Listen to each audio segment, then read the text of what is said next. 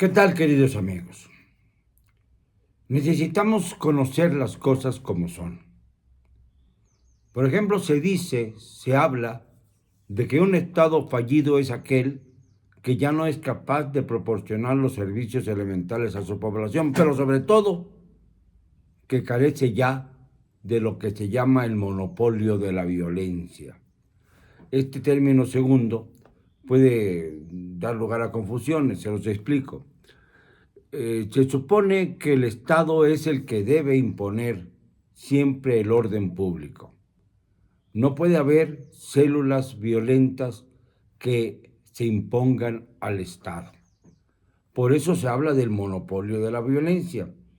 No puede haber ninguna otra fuerza de ninguna naturaleza que pueda sobrepasar la fuerza pública, la fuerza armada del Estado de que se trate. En México se han perdido las dos cosas.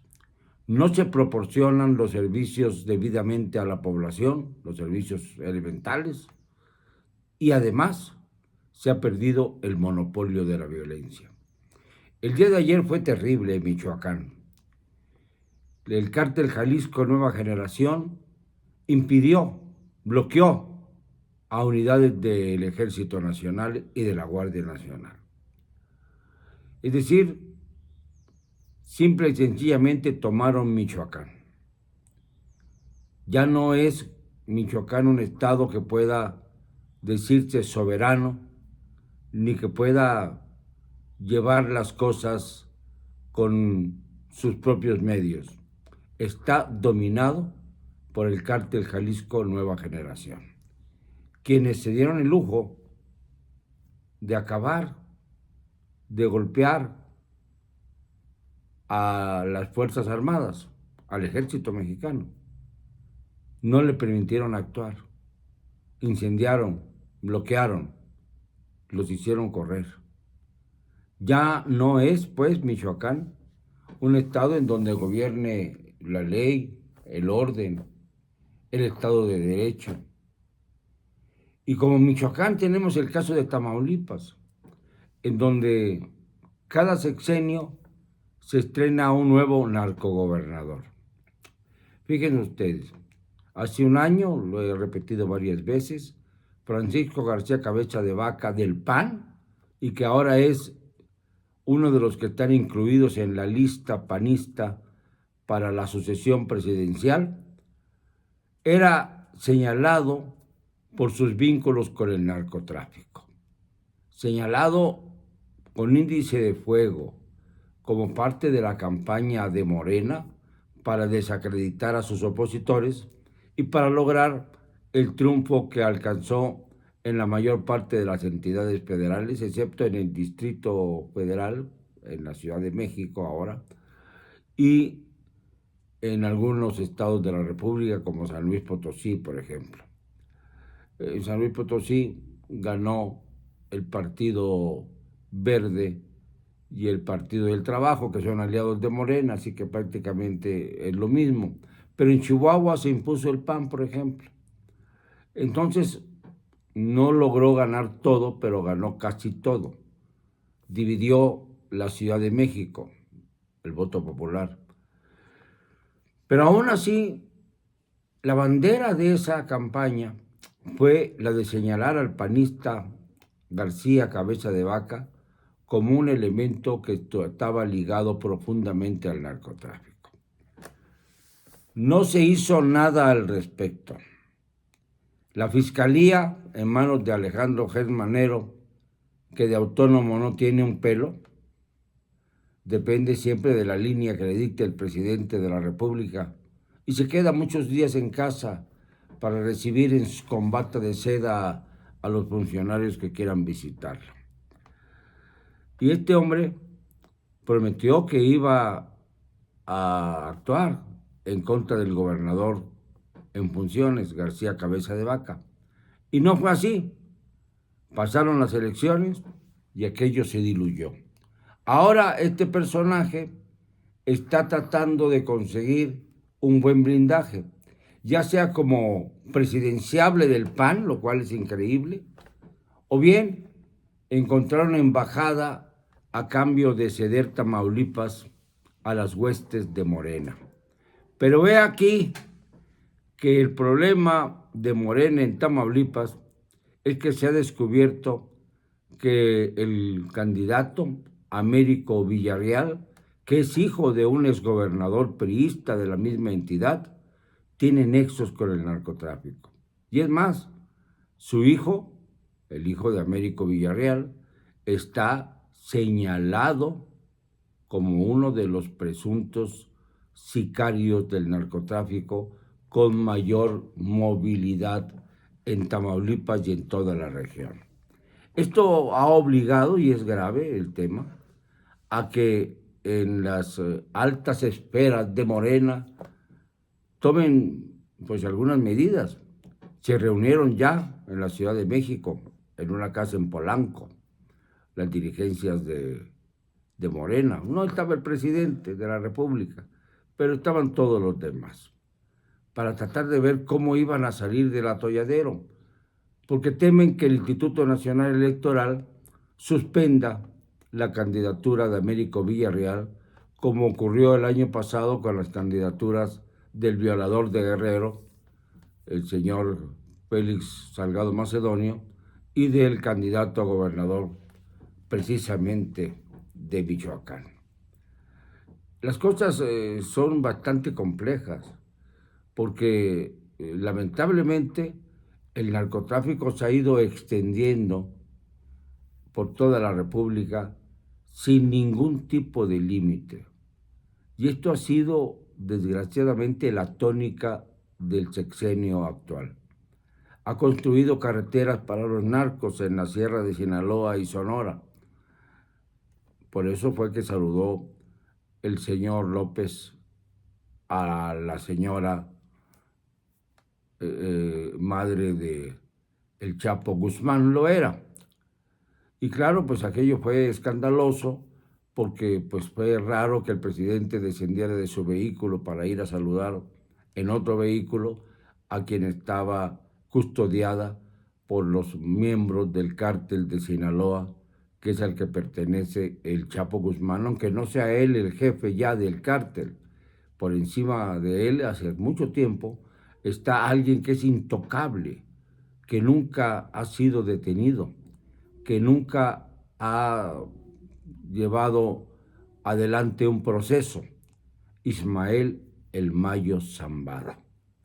Esto lo vino anunciando desde que aquel famoso reportaje de Julio Scherer García, el maestro ya extinto, hiciera en la revista Proceso, en donde prácticamente Ismael El Mayo Zambada anunciaba que él era el que había tomado el mando, y todavía el Chapo no estaba en la cárcel, por cierto. Estaba ahí fluctuando con las conveniencias y las complacencias de la administración de Vicente Fox.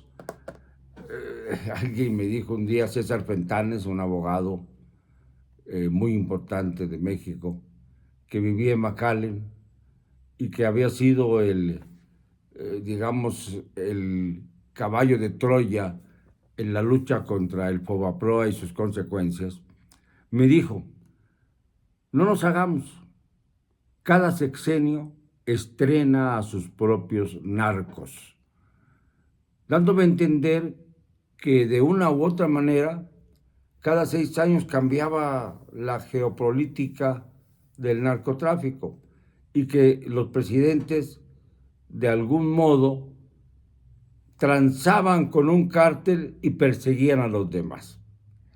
Es decir, le daban oportunidad territorial a uno de los cárteles más importantes a cambio de reducir la potencia de los otros cárteles a los que les hacía la guerra. Una maniobra verdaderamente triste, asquerosa, diría yo, que ha marcado al Estado mexicano desde hace mucho tiempo.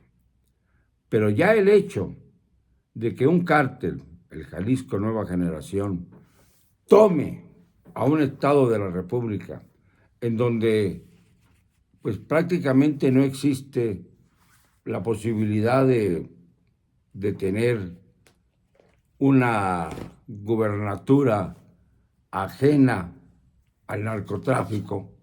Ahora en Michoacán gobierna el señor Alfredo Ramírez Bedoya, quien es el que sucedió a Arnoldo Cuellar en la gobernatura de Michoacán. Recuerden ustedes que en aquel momento se suspendió también la candidatura del candidato de Morena.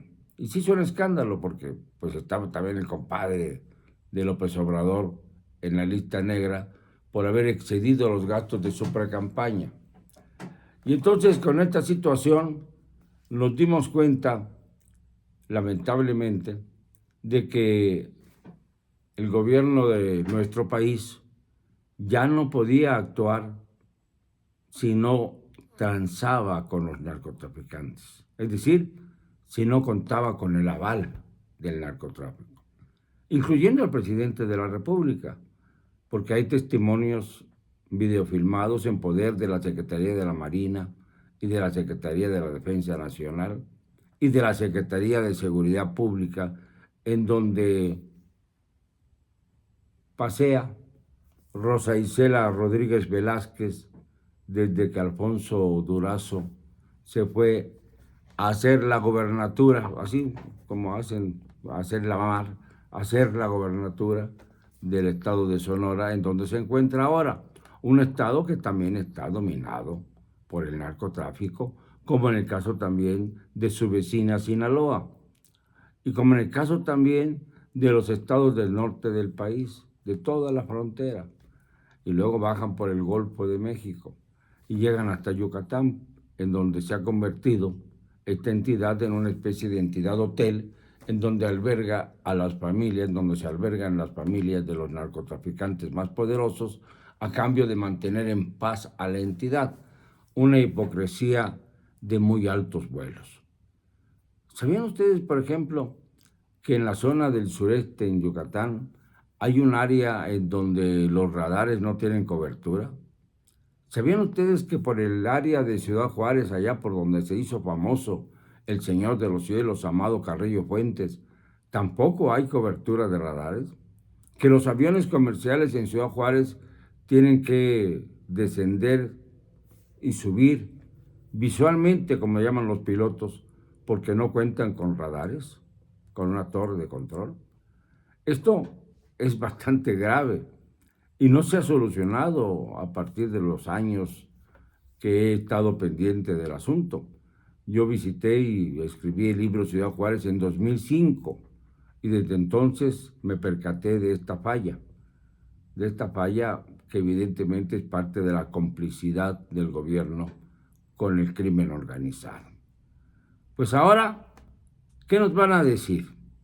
¿Que Michoacán está tomada por el narco?